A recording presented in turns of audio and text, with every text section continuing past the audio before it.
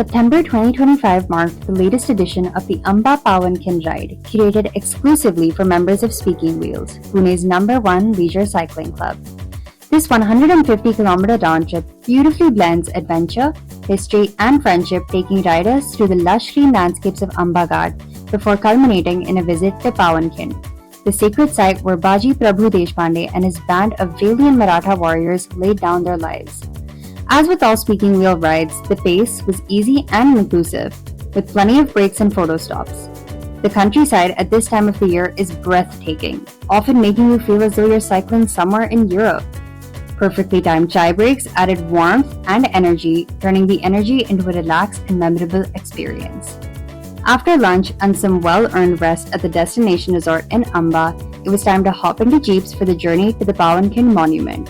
The drive through the dense jungle is an experience in itself.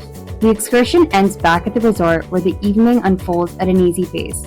Good food, refreshing beverages, and long conversations with friends.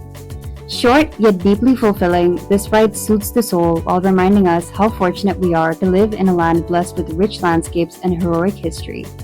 Through Speaking Wheels and with friends by our side, journeys like these become memories for a lifetime.